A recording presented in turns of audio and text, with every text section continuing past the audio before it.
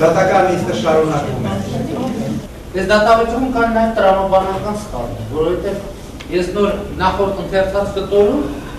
բազմորեն տրամաբանությունը հետևյալն է, որ մենք նախապես իմացել ենք, որ ոստիկանները գալու են, մարդկանց ասել ենք, որ պատշաճ պետք է դիմավորենք, ոնց որ արժանի է դիմավորել ոստիկանների, ցենց իմացել ենք, ասել ենք պատշաճ պետք է դիմավորենք, ու հետո բոլորով գնացել ենք պարկետ քնելու։ Որովհետև հաջորդ պահին գալիս է, որ ակնացրել ենք մարդկանց։ Եթե պետք է պատրաստ պատշաճ դիմավորենք, ընդհանրապես կամ որ գիշեր զորավարժություններ պիտի անցկացնենք, ստրատեգիական քարտեզներ, պլան կազմենք, թե ով որտեղից է գրողում, ասենք ով է թիկունքից մոտենալու եւ այլն եւ այլն։ Եթե նախապես իմացել ենք, որ դες գրողը կազմակերպելու ու նաև պատշաճ դիմավորելու խնդիր ենք ունեցել, չենք քնի ամբողջ գիշեր։ Ես էլի կանգնեցի այն կետում, որտեղ խոսում է, որ զանգվածային անկարգությունների ծրագրված լինելու մասին։ Եվ էլի ուզում եմ ընդգծել, որ այո, ինչի է այդ հերոսակախմբերն ինչի են կազմել, որտեղ իշխանությունը այնուամենայնիվ չի ունեցել վստահություն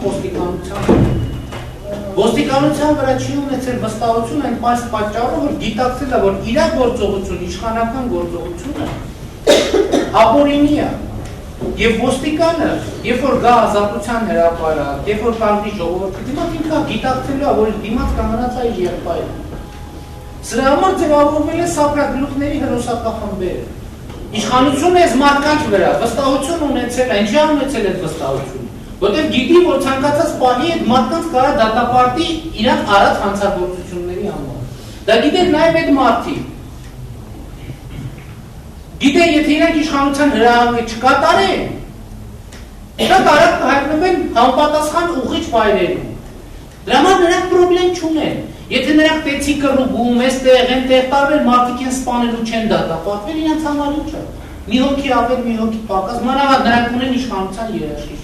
Շատ պարզ է, քրեական նախաքննության մարմին ուզում է ասի, որ ես զանգվածային անկարգություն եմ կազմակերպել, որ ես խանութի թարան եմ կազմակերպել, կամ դրդել եմ, կամ իմ մտադրության մեջ, կամ իմ մտածածի մեջ եղել է գործողություններ կազմակերպել, որոնք կհանգեցնեն նման հետևանքների, ցիկ ես խանութի թարանով եմ զբաղվել, ինչի խան, եթե դες թալանի հակում ունեմ, ինչ եմ խանութի ապակի ջարդում թալանով զբաղվում։ Այսքան ժամանակ փառկացու, բոլորը գիտեն, իշխանության մեջ կտեղավորվեի, առանց ապակի ջարդելու բան մի կաբինետում նստում ես, թալանը ավտոմատ գալիս է լցվում է գրպանները։ Հարգարժան դատարան, խնդրում եմ ձեզ միջոցներ ձեռնարկեք բարձելու համար, թե որտեղից Ռոբերտ Քոչարյանին 4 միլիարդ դոլարի կարողություն։ Շեղվում եք եւ առաջադրված մեղադրանքից եւ բողոքներից եւ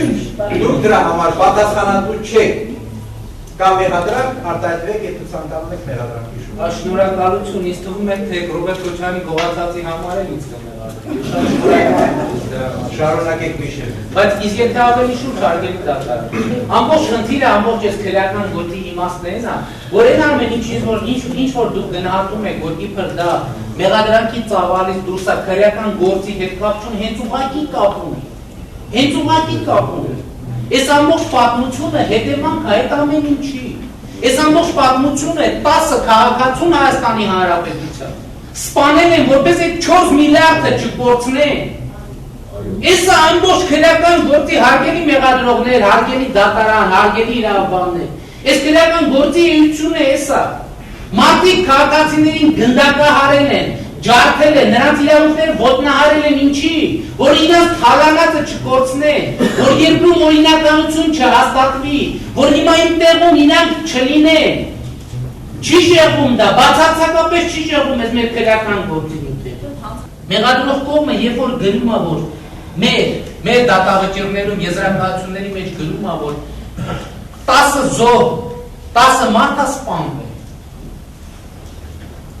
Եթե փիլիսոփայորեն են վերաբերվեն, ոչ իրավաբանորեն, այլ փիլիսոփայորեն վերաբերվեն, ճիշտ է անում որ մեղադրում։ Որովհետև մենք հասցրել ենք նրան, մենք թույլ ենք տվել, որ որևէ իշխանություն մտածի, որ ինքը կարա քաղաքացուն իր մայրաքաղաքի կենտրոնում սպանի։ Այո, մենք բոլորս ենք դրանում մեղավոր, որ Ռոբերտ Քոչարյանը մտածել է, ռուսերեն լավ խոսք ասում է, դադումался, սպանի։ Դատարանը արձանագրում է, որ այն ինչ որ վերջի ձեր երեջի գահապանները նախադասում են, ակնայ դուրս է։ Իմ մեղադրանքում դրված է, որ զանգվածային անկարգությունների տեղի ունեցել, որոնց ընթացքում զոհվել են 10 անձ։ Դուք ասեցիք, ես դրա համար չէ որ ձեզ միջեցի, շարունակեք։ Շարունակեք։ Չէ, ինձ բացատրեք ինչի չպետք է ասեմ, որ դատարանը բացատրող մարմին չէ, դատարանը որոշումներ կայացնող մարմին է։ Հարգելի դատարան, հարավես այս գործի նյութերի ծանրտեղով ցանկացած գիտի թե ով է հեղինակը այդ 10 զոհերի։ Այդ 10 զոհերը մեղսաբերվում են իր պաշտպանյալի Նիկոլ Փաշինյանին։ Հիմա Նիկոլ Փաշինյանը իրավունք ունի իր պաշտպանությունն իրականացնելի ձեր ուշադրությունը հրավիրի այդ հանգամանքի վրա,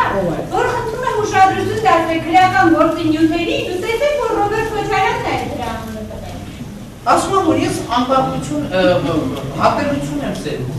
Եվ երբ որ խոսում եմ կոռուպցիայի մասին, երբ որ խոսում եմ թալանի մասին, երբ որ խոսում եմ ապօրինության մասին,